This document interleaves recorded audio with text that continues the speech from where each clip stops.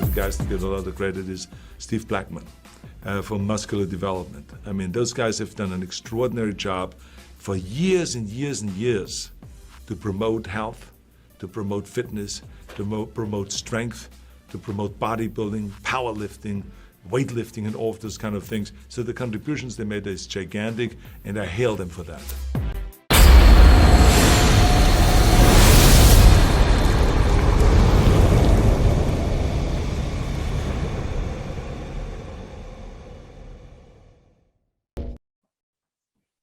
Hey everybody, welcome to the Raw Online Report. Today's guest, you know him so well. He's your 2019 Mr. Olympia, 2019 Arnold Classic champion. He's the owner of 015 Nutrition. He's the owner of two awesome carbon culture gyms in Franklin, Tennessee and Murfreesboro, Tennessee. Now in Kuwait training for the 2022 Arnold Classic. Please welcome Brandon Curry. What's up, Brandon? Hey, what's going on, guys? What's going on? Had a good intro? Yeah? Okay. That sounds great to me, man. It sounds like a hit. Also need to tell the viewers right up front, if you like the video, give it a like, because apparently YouTube only cares about likes now. Did you know that, Brandon? It's a new thing. They change their mind all the time. Yeah, I heard they don't like dislikes too much. So, Before we get into current events, I haven't talked to you since, before the Olympia last year. Yeah, it's been a long time. And I never really got your take on it. I know it's ancient history at this point, but Friday night, you were a point ahead of Ramy. A lot of people had you winning, including me. It's a matter of this, it's a matter of opinion in the sport. What kind of physique do you like better? A lot of people like your physique better than they liked Ramy's. In the end, Ramy got his second win, but did it make you feel good to know that a large percentage of people out there, fans, media people, preferred you for the win? This sport is all about the fans for me, man. And, that's what keeps us really driven and active in the sport. And without the fans, we would be nothing. So definitely that makes me feel, definitely brings some gratification to the hard work that you put in, for sure. So yeah, the fans are everything, man. And for them to support me and some of this, I've had so much support since then. So, and feeling the love and everybody rooting for me, man, it's a great impact, man. It's pretty much like winning in a sense. So. Yeah. I'm just curious, did you ever get any feedback from the judges? Because it was so close. Did they give you any suggestions? Like, what do they want to see from you in 2022 to get your title back? Plead the fifth. I'm kidding. Nah. Okay, fair enough. No, we didn't discuss any details. A lot of judges supportive and everything. And I talked to them and we discussed any details, but, they were, they know I brought an improved package to the stage, and it was a close race, but I just got to do more of the same. So every time I show up on stage, I try to bring a different package, an improved package in some way, some form of fashion, and that's my job. That's what I'm here to do, and that's what I'm gonna do for the next show, the next outing. So, good answer. So we're a few weeks away now from the 2022 Arnold Classic. You have not been on that stage in Columbus, Ohio, since 2019, and that was a great year for you. That was a great show for you. A lot of people felt you looked better there than the Olympia a few months later. A lot of people think that's the best they've seen you. The package was just crisp, full, round, just an amazing package you brought to the Arnold. Do you think that was the best look you've had on stage so far, or is there another show that you prefer? I think it was a combination of all the variables, including the ones that I'm in control of and outside of me, that made that package great. Because I know the lighting on the stage, some of the camera work there was excellent. That just enhanced the package that I brought and let the fans enjoy that package a little bit more when looking back and reminiscing on that production. It was well done that year, and I brought a look that just magnified the work that they did to bring such a great production. So yeah, always be iconic. Is it my best? I don't actually know, because the conditions have not been quite the same, but I think I've brought some looks that have been pretty close in conditioning. But sometimes I've also brought some fuller looks, which sometimes I prefer. This just depends on the matchups.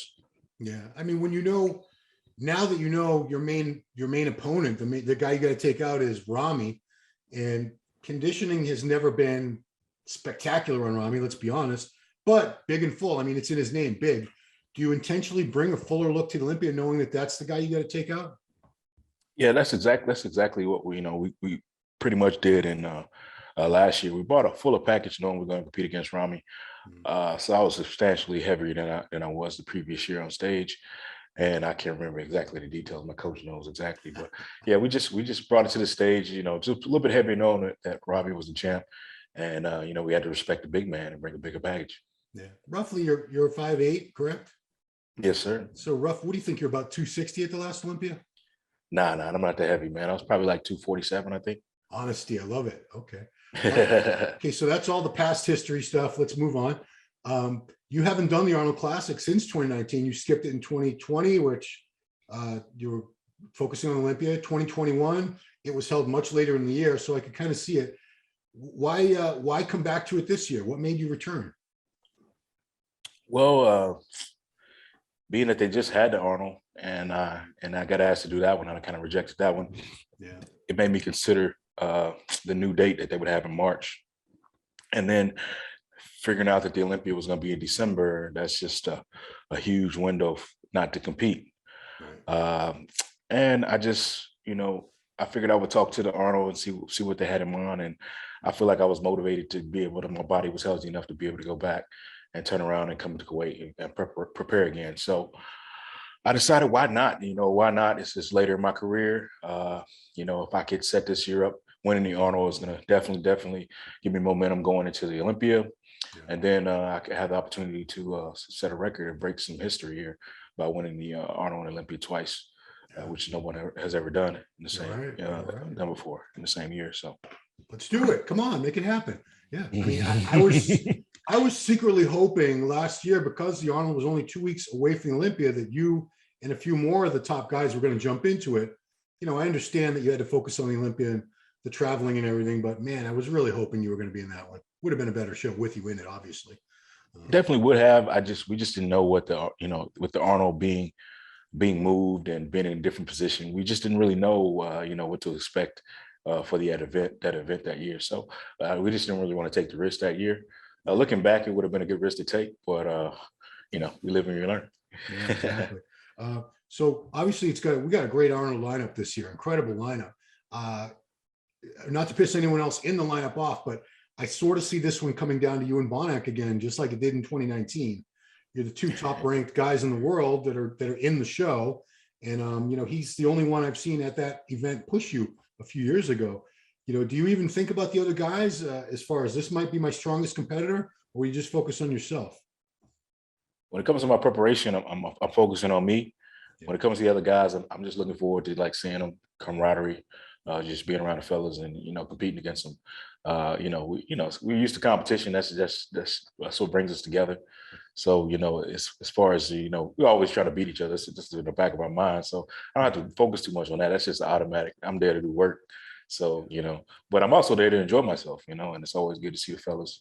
It's always good to get to know some of the newer guys and be backstage and be blessed enough to be competing again. So I look at it as a positive, and I try not to put too much pressure on, like I'm going to war or anything like that, because it's not life or death. But it's a career. We're having fun, and we're just trying to bring the best package and let the judges make the decisions. It's funny how the old time guys say there's no camaraderie anymore, but I see plenty of camaraderie. I see you guys talking to each other on. They didn't have social media back then, so they couldn't talk that way, obviously. But I see you guys commenting on each other's posts and videos, and at the shows, you're all friendly and stuff. I think it's sort of a misconception that's been spread that there's no camaraderie. I think you guys are a big family still, no matter, at the end of the day. Yes, it's a different kind of probably camaraderie than they had back in the day, because they used to, do the tours together and travel together a lot. And, I've experienced some of that because I kind of crossed over in eras, so I kind of know what they're talking about. I know the difference that they're talking about. Yeah. But, me and guys like William, we come up together, man. And William has pushed me. He's just been a motivating factor for me, and just been really supportive in some of my, my struggling times doing bodybuilding. So, we're definitely good friends. And I just look to, being that we're all brothers in iron, I just look to relate to the guys and just, I'm not there to just be better than anybody else. I'm just there to share the experience with everybody else. and get to know guys and just make them feel comfortable and just let them know, I'm glad that we all pushing this sport and everybody's coming to see us and we all selling tickets. It's I think sometimes people think they take it too serious, and we know the fans, they have their opinions and they go have their drama online and whatnot. But at the end of the day, it's all respect. Yeah, I mean, a lot of the fans try to start drama. I'm sure you're aware of that because it's not the most exciting sport in the world. Nobody's getting touchdowns, nobody's knocking each other out or anything. So they kind of have to, I don't know, embellish things. And as long as they don't start feuds and lie about that, that's fine. As long as it's all good. So you left Tennessee, I believe. Did you leave Tennessee on Christmas Eve morning to go to Kuwait? That's probably when I left New York. Oh, geez. Okay. Yeah, I left because I was supposed to fly into New York and then fly directly to Kuwait. And then due to, all the loopholes and all the, mandates and everything we got to go through, my test was not necessarily on time. No. So since my PCR test was not on time, they wouldn't let me on the plane. So I had to stay in New York for a couple of days. Fortunately, shout out to Steve, shout out to Juan and his wife just make me feel at home while I've been in New York. And so I had spent a couple of days there and, was trained and, well taken care of. But, it's just one of those hiccups that, you experience when you're traveling. And I've experienced a lot of hiccups traveling. So, yeah, that put me a little bit behind schedule and getting to Kuwait, but, it's not a big thing. I had a feeling something that you got stuck in New York because I didn't think you would have a layover long enough to go from like LaGuardia or wherever you flew to Long Island to train and then go back. That would have been one hell of a layover, like a 10-hour layover. So, yeah, but you left before Christmas Eve and Christmas. And I know that's got to be tough because you got 4 kids and your wife back home. Is this the first time you've had to miss like Christmas with your family in a while? Nah, not at all. Not at all. Being a prepper in Kuwait, over the years, I missed plenty of holidays. So it's not something that they're not used to. So, they know, it's important, getting together and stuff with family and, celebrating. But, I'm home and we kind of get together. We do things. I think I bought one of my boys a bike because he needed one. He was just getting too big for his other one. Yeah. And then I ended up turning around and buying all the boys a bike. Oh, wow. Just because it wasn't even Christmas. It was like before Christmas. So, I'm always, giving my kids stuff. So they're not really, missing all the toys and, mom's always there to take care of them. So it's just being there, sentimental value and all that kind of stuff. It's, sometimes kind of hard, but I'm in this and I'm mentally prepared for, what I got to do. So it doesn't affect me probably as much as some people may think it would. But, it's just I'm just blessed enough to be able to, have an opportunity to provide for them and be able to take care of them in this sport that I've been so passionate about and love. So, it's just a part. It just comes with it, the territory, unfortunately. Of course. But, I bet you still know exactly what time it is at home all the time. And you probably have a rough idea what everybody's doing based on their normal schedules. Like right now, Brandy's taking so-and-so to this practice. Right now, she's at her bowling league. Yeah, we're always checking in, this morning when they got up, sometimes I figure what day it is because I don't know what day of the week is. So I'm like, oh, what the kids going to school? She's like, no, baby, it's Saturday. I'm like, oh, shoot, because my days run together when I'm here. Yeah, so I woke up this morning. They were like the only school in the county to go to school today. Oh, wow. So she was getting them ready and stuff. So everybody's out because of snow. So. Oh, okay. It snowed down in Tennessee? Oh, I think it didn't really do nothing, actually. It did the day before, a couple of days before. It was kind of bad, but they was expecting, because of the lower temperature, some of that stuff to freeze back over. And they could have went to school if they really, it would have been all right. Yeah, I mean, up in my area, unless you get like at least 6 inches of snow, you're going to school. But, yeah, I know how to deal with it though. So in Tennessee, everybody panics and nobody know how to drive. Everybody goes to the grocery stores and buys all the milk and the bread. I don't know why milk and bread. I don't know, but why do we all think the world was going to run out of toilet paper when COVID first started? Everybody was buying toilet paper like there was not going to be any more toilet paper available. Come on now, You're ridiculous. Hey, people, the throne is important. They want to be clean. I mean, I can understand for people like us that eat 5-6 times a day, even more so. But let's switch gears to Oxygen Gym in Kuwait. Now, this is a place that it's been your training headquarters, your prepping headquarters for a few years now. In fact, I'd go so far as to say I don't think I'd be talking to you right now as a Mr. Olympia and Arnold Classic champion if you had never gone to Kuwait. I just saw the improvements you made when you went over there that first time. 25 pounds of muscle from the fall of 2016 into spring of 2017.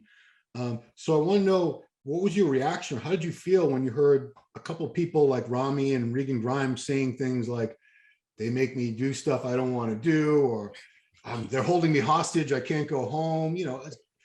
I know some of it sounded absolutely ludicrous about obviously they're going to let you go home, but did this hurt you to hear that about a place in a bar there, and these people have been so good to you, and you've had such success there and so many good times? Well, the internet is a lot of sensationalism, because it's how you get likes, and that's how you get people following your information. So they got to make it a little juicy, right? So Regan was my roommate, so I was here when he first got to Kuwait and prepped, and he was here, he was making his adjustments. It was definitely hard. I know the training was just definitely brutal on him. So I was trying to encourage him to make the adjustments, and then I ended up leaving, and he ended up remaining for I guess the holiday portion, which he did not stay. But I'll be honest, Abdullah had a feeling that he wasn't going to come back, because I talked to him on the phone. So he was dealing with some other issues. He had some other influences that was kind of kind of tearing him away from him being here. And then and then they were worried about his weight, because he jumped up pretty much about 300 pounds, and and then the Dallas thing made some people scared, some people in his camp scared and stuff like that. So so it's nobody was holding him hostage, but I do understand what he means about being around in certain areas and nobody communicating with you, and everybody speaking Arabic and stuff like that. That's something you got to get used to, because if no one's talking to you, then they don't have to speak English, right? I mean, that's just how it is. They speak to each other in Arabic, and if they're talking to you, they'll speak English. But if they're talking to each other, they may not be speaking English. So you got to get used to that. But it's not a big deal. I've gotten used to it, and I don't take it personal. And it's just a part of being in another culture, another place. So there's some adjustments to be made, but it's definitely not terrible, and it's definitely place you can get your work in, and everybody's fully taken care of. So I don't know about all the drama and all the stories and stuff like that. I know Ramy was really taken care of when he was here. So I mean, he was really taken care of when he was here, so I don't know what that's all about. But everybody has their reasons, and when things don't go certain ways, people complain, and people make excuses. So that's just how it goes. Yeah, I mean, I wish I could remember. I don't think it was you, but somebody I was talking to who had been there many, many times, so it couldn't have been that many other people. They were saying, you could always get a feel for when somebody wasn't going to last long there, because it's like training camp. It's like boot camp. It's just eat, train, sleep, repeat, and nothing else. And, you're away from friends, family. It's a different culture, different language. Some people can say, well, this is what I need to do to get where I want to go. And other people, they say, this is too much. I got to go home. I got to go home. Do you get a sense, because you've been there, gosh, how many times? 10 times now? Probably? Yeah, it's 4 years now. 4 years. Yeah. I mean, do you get a sense when people arrive for the first time, after a couple of days, you get a sense like, this guy's got it. He's got to stick with it, and he's going to do everything and make the improvements? It's around that 2-week mark that you find guys they may mentally break down. If they can survive that 2-week mark and get over that hump, then they're normally pretty good. But that 2-week mark is, approaching that mark is kind of hard on these guys psychologically, because they're away from everything. They're being pushed to the limit, and they got to question, whether they want to do this or not. So or is it worth it or not for them? So if they can survive that, they're good. I mean, but it's a mental battle. Just getting out of your comfort zone, and just being push hard, to get to where you want to go. And it's probably not the most nurturing place, but you definitely have everything you need. Well, I mean, first of all, I don't think it's possible to train as hard on your own as you would with a really good trainer like Abdullah or Ahmad Askar pushing you. And that goes for any really good trainer, Charles Glass. Nobody can train as hard on their own. I don't care who you are, because you're not expecting what they're going to throw at you. Another thing is the eating. I'm sure in a case where someone like Regan that needed size, they were having him eat more than he was comfortable with. And that probably goes for a lot of the guys that go there. And many people have said that's the hardest thing is the eating. They have a hard time. It's physically uncomfortable getting all that food down. And it's part of the process that needs to be done. But some people, that level of discomfort, it's just too much. It's overwhelming.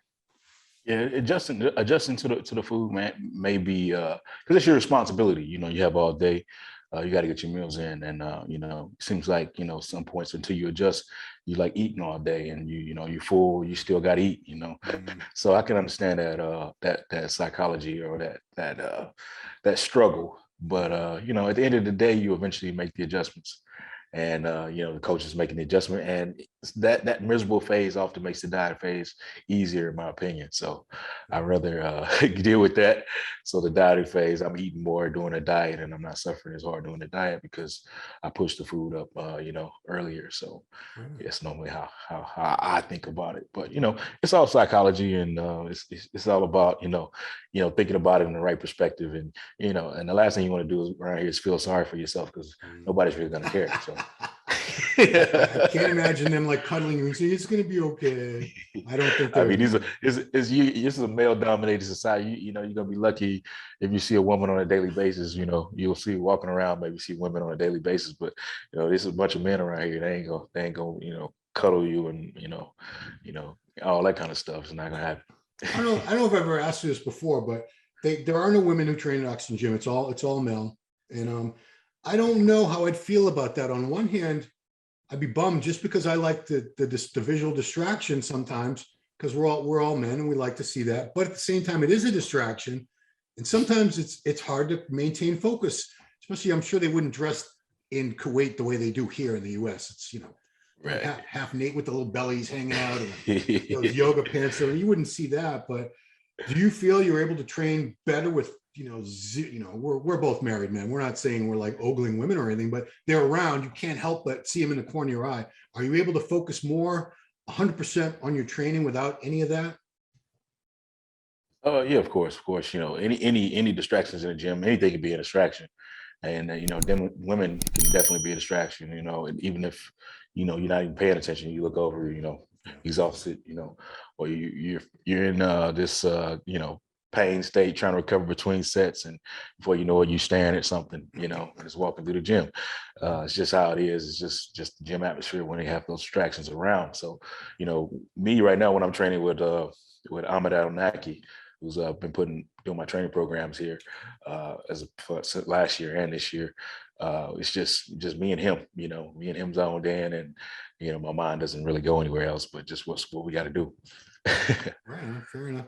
So let's talk about your businesses, your gyms. First of all, I've been to both of them. They're spectacular. How are the gyms doing? Gyms are doing great. We had a transition with the Borough Gym this year, but it's been doing great. I mean, I think it was it happened in the beginning of the year, and we picked up, I think it was 100 members in a couple months, which was crazy.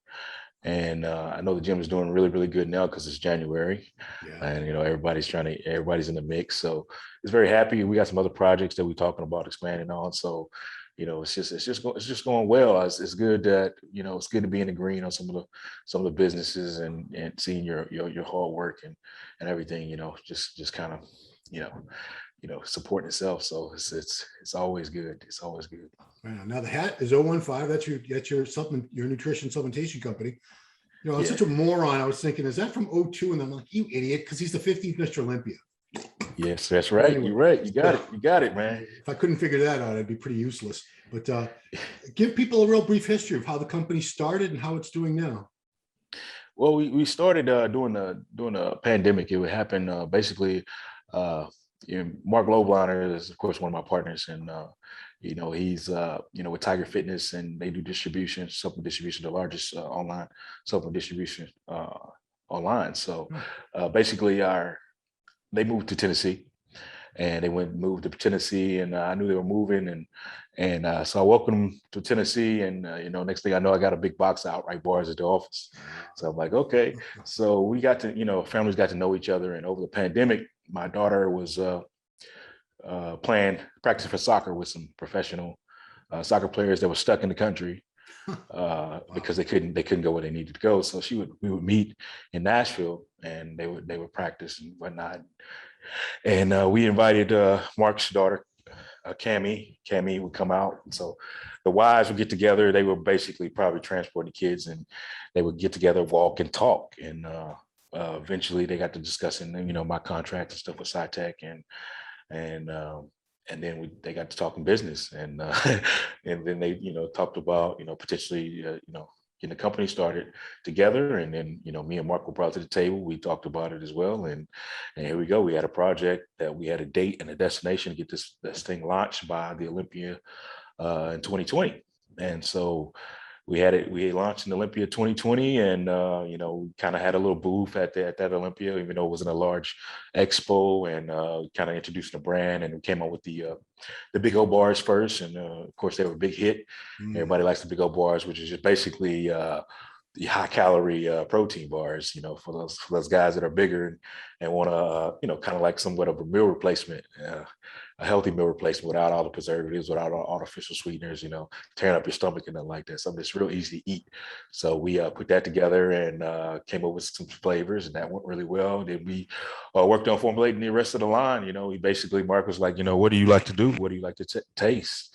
What tastes do you like? And so I basically threw a bunch of ideas out there. We put a bunch of ideas together. We came up with some formulations and, tested flavors. I was testing flavors and doing the Olympia prep.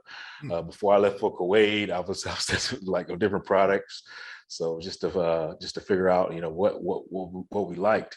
So we got what we liked together, and it's been going very, very good, considering that we haven't been able to go maybe international as quick as we wanted to because of the COVID situation. So, but it took us 11 months to kind of, break into the green. So it's not too bad for a company. So we're very, very happy with that. And we're continuing to, we'll basically come see us at the Arnold. We'll be there as well. So, we just basically just expanding the brand, trying to make good quality products that I take and I use on a regular basis to the market. So a brand you can trust by a bodybuilder who, what does a bodybuilder take? What does a bodybuilder use? 015 Nutrition, we got everything that I would take, I would use, whether it's off season, whether it's in season, for recovery, for gut health. Happy Guts is one of our big products. Happy Guts. Biome in it.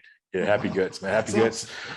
Yeah, we got Happy Guts is a probiotic formula, which has core biome, which we were one of the only supplement companies that sources core biome, which is very, very good for the gut microbiome. So, I know eating a lot of protein and digestion is a big part of health. So with me, I like my digestion to be smooth, and I don't necessarily eat a lot of vegetables. Who does? So Happy Guts is really coming to clutch, and for a lot of people that I've talked to, is really coming to clutch for them. So, health products, performance products, whatever it may be, the line is great, from Intra Workout, Intra Advantage, which is basically my intra with the EAA formula, carbohydrates, fast and slow. And then we have Exalt, which is my stimulant-based pre-workout, and then Expansion, which is my non-stimulant stimulant pump formula. So it's just a complete line. And then they can't forget about Big Hydro as well, which is whey hydroxylate, which is basically enhanced with Velocitol for protein absorption for post-workout recovery. So we just basically try to, take some solid structural protein supplements that we know are tried and tested and proven, and just, put our little tweaks on them, enhance them, and make sure we come up with some great flavors. Yeah. What's your favorite flavor for the Big O bar? Well, good question. my idea with the Big O bar was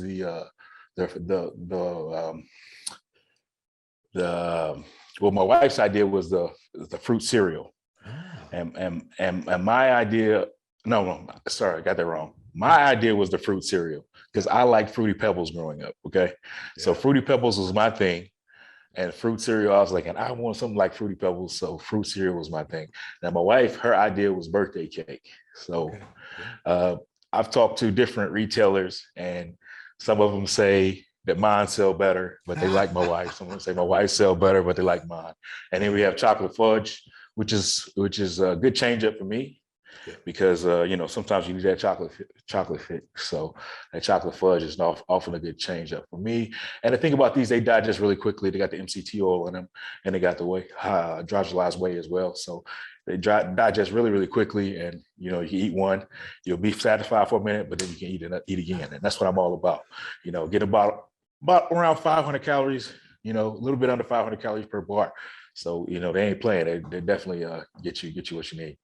That is a big old bar. Geez. If you could only have 3 of your own products with you in Kuwait for whatever reason, which 3 would you choose? Well, in prep right now, let's see. We'll do Entry Advantage. Yep.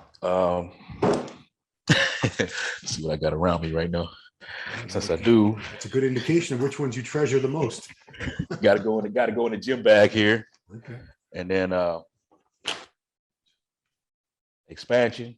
That's a pump product? Which is the non-stim pump formula. Okay, I like that. And then I would say Happy Guts. Definitely.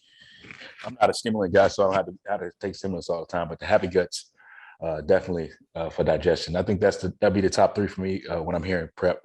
I stay away from the big old bars when I'm here in prep because I don't need the extra calories, but when I'm off season and trying to put it on, or if I'm early in the prep here and I'm trying to put on some weight, they'll come in handy. And then for travel, they've been the best thing for travel. Been the best thing, been a lifesaver for travel. So so the Olympia was just it was October. It was a little later. Yeah. So you didn't have a whole lot of time to sort of rest from that before you had to start this prep. But at the stage you're at, some guys say, well, I need this much time for an off season. Do you really need much of like an off season time? Because what are you still really trying to improve on physique wise? Well, my first prep out here in Kuwait was 11 weeks. and the changes that we made in 11 weeks. So when I'm here, when I'm here and I'm zoned in, we can really make some changes fast. And right now, I feel like I'm just now hitting my stride. I've been here for about 3 weeks is going on, maybe the 4th week. And I'm just feel like kind of hitting my stride. I had a guy come up to me just tonight, and when I was training, and he had just taken a video of me last week, and just for us as we was doing the set, and he said, "Man," he said, "your body is completely different from last week." Huh. So I'm like, you're so much bigger and you're leaner. I'm like, yeah, but that's what we do. That's what we do. So we come here and my body just kind of change it, put it to the test, push it. And, I put on the size and I get leaner at the same time. So it makes that prep time, that prep window of me prepping a little bit smaller. And being that, we're not necessarily pushing any size for the Arnold or anything like that. We don't have to, be an extended off season or anything like that, because we just kind of bring in a refined, well-conditioned package, something we can think to win the show, and we don't have to reinvent the wheel, coming into this prep. So yes, that makes it where you can, get away with shorter preparation. I don't always advise that for everybody, but my body, it's been able to do it, and while it's been able to do it, I'm gonna take advantage of it. So. I've noticed you don't really blow up in the off season and try to get, like a Michelin man or anything. Was that just out of health concern, just because you don't enjoy being cooked? Because now obviously I think everybody's a little more concerned about their health. And I don't think as many people are going to be pushing for 350 pounds as they might have in the past. Do you do that? Do you keep your weight down for portions of the year, mainly for health reasons, or why? Being that we can do so much when I'm here, I don't feel like I need to, walk around all year uncomfortable.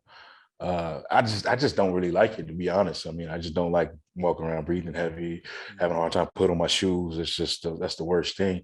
And then, I don't like losing 40 pounds, get ready for a show or nothing like that. I don't think it's necessary. If I can be similar same size and not have to put on all that weight and lose all that water. So over the years, I found it, it's not necessarily productive. Sometimes you do need to put on the extra weight when you want to bring a new look, and we'll take some time for the preparation at the Olympia going against Ramy to put on maybe some extra weight. But for health reasons and being conscious of health and lifestyle and just dealing with the family and not being miserable all the time and being on a extensive eating schedule when I'm home, just to kind of keep that weight up. It's just not something I want to do this late in my career, all the time. Yeah, perfect. Just a couple more questions. So your legs are good. If your upper body wasn't so incredible, I don't think anyone would have ever said anything about your legs.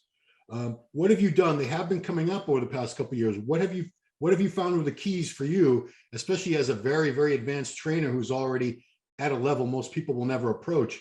What have been the keys to getting your legs bigger and improved over the last couple of years? Well, it's basically just still just continuing to try to connect with the muscle, still continuing to understand when I'm not here in Kuwait what I need to be doing to really, really put in the work to make changes to the muscle. So one of the things when I'm back home, I may let other areas of my training kind of slack. My leg training is always, trying to be pushed and trying to get better in that fashion because I know I need it. And I may not even train everything as much as I would train in my legs when I'm home or I'm not here, because I just know what I need. So it's just basically, putting the focus there. I also focus on knee health, making sure my knees stay healthy, because I know if my knees and my joints are not healthy, then it's going to really, really affect my training and affect my progress and my ability to make gains. Another thing I've been using is just ironic it's sitting here, but since it is sitting here, I'll mention it. See, I'll cut my wires. It's the new X. I don't know if you see that, the new X. Is that the newbie thing? Yeah, it's the new X. So new X is a company similar new. It's just a more portable device. You can carry it around in the gym. So I use that as my therapy, pre-post activation. Use it during training, especially when I'm back home. But I also use it for recovery.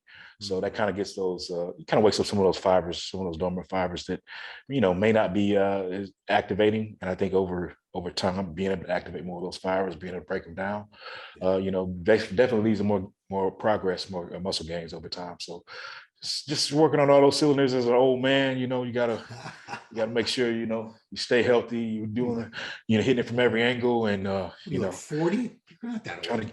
I'll be 40 this year. Yeah. Geez. You're still a young man. Yeah, I was going to say, you personally stocked the Carbon Culture Murfreesboro with some of the best collection of leg equipment I've seen in a while. I wanted to take some of that crap home with me. It would look so good. That's where you're training most of the time, is the Murfreesboro one, right?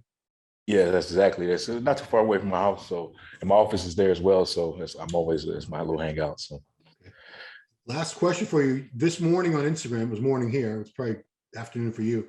You posted a picture of your 2019 Arnold win. You're on stage with your family and the trophy and all that. And you talked about you've learned a lot since that show. It has been almost 3 years. What are some of the main things that you have learned since then? Man, it's a lot of it is learning about the body. Learning about about human nature in a sense, because before that, that's kind of marks the sense of success. Everything starts going a certain direction, and a lot of attention is geared towards you. So it's about learning about human nature, learning about dealing with social media, because ups and downs. So you go up, and then all of a sudden you don't do as well. You go down. Yeah. And then knowing about the expectations of other people and the expectations of yourself. So, I'm just dealing with the psychology of bodybuilding, being on top, being a champ, being able to reflect on being at the bottom. It kind of keeps you at the right headspace. So when it comes to, people ask me, how do you handle, adversity, not winning, not, being so close, maybe should have winning and not, how do you do it? I don't have expectations that I shouldn't have. That's the worst thing you can do. I'm almost a victim of that, having expectations that I shouldn't have. It almost got me. But at the Olympia, I made sure that I didn't have expectations that I shouldn't have without the proper evidence for having those expectations. So, I mean, I saw some things and I kind of got my mind on winning and getting it. And then I was like, nope, this is bodybuilding, man. You got to make sure you keep your head in the right space, because you don't want to have these expectations and then have them crushed. So just having the right perspective about things, about competition, about people around you, and then being able to enjoy it. Because I think my mindset at the Arnold that year, I learned to really, really embrace competition with myself, and the mental process with myself, and not really just nothing about anything dependent upon anybody else. It was just internal drive to be better, perform better, and just to give the fans something, that they can appreciate. So I think learning how to compete over time is very valuable as well, and just learning to do it at a successful level, which I've had to do over the years since being on that stage, has been incredible. And then over the years, I've also learned to appreciate normal life off the stage. Just being away, being here for such extended periods of time allows me to, when I'm home, to just be able to just appreciate the life I can live normally, and not obsessive with getting ready for a show. So I've learned so much, man. If you want to be more specific, I can pull it out and I can maybe elaborate. But man, I've learned so much, and I continue to learn that, because that's what we do. Yeah, perfect, man. Well, that wraps it up, man. That is great. I'm looking forward to seeing you. I'm glad you decided to do the Arnold. These titles are there to be won. Why would you let somebody else win that if you could have won it? And you could still go on and do just what you did 3 years ago. Go win the Olympia. It's not gonna interfere. I think, I like to see you guys compete in as many of these big shows as you can, as you feel as you want to. It's good for everybody. It's good for the sport. It's good for the fans. We love to see the best of the best as often as we can. So very, very glad you're doing this, Arnold. Looking forward to seeing you up there again. Good luck with all your training, prepping, 015 Nutrition, the Carbon Culture USA gyms. You got a lot going on. Wife, 4 kids. Whew, it's a very full life you're living, Brandon Curry, but I thank you for taking the time.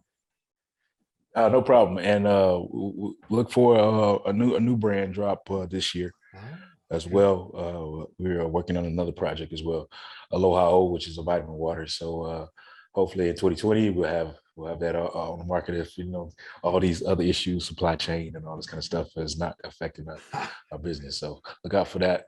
We appreciate you guys for the support and everything that we do. We're just trying to bring good things to the market, and give back and good things to the market, and just we appreciate the love, and we appreciate the following, and I got mouths to feed, of course. Of course you do. Of course you do. Aloha O. That had to be Brandy's idea. She's Hawaiian.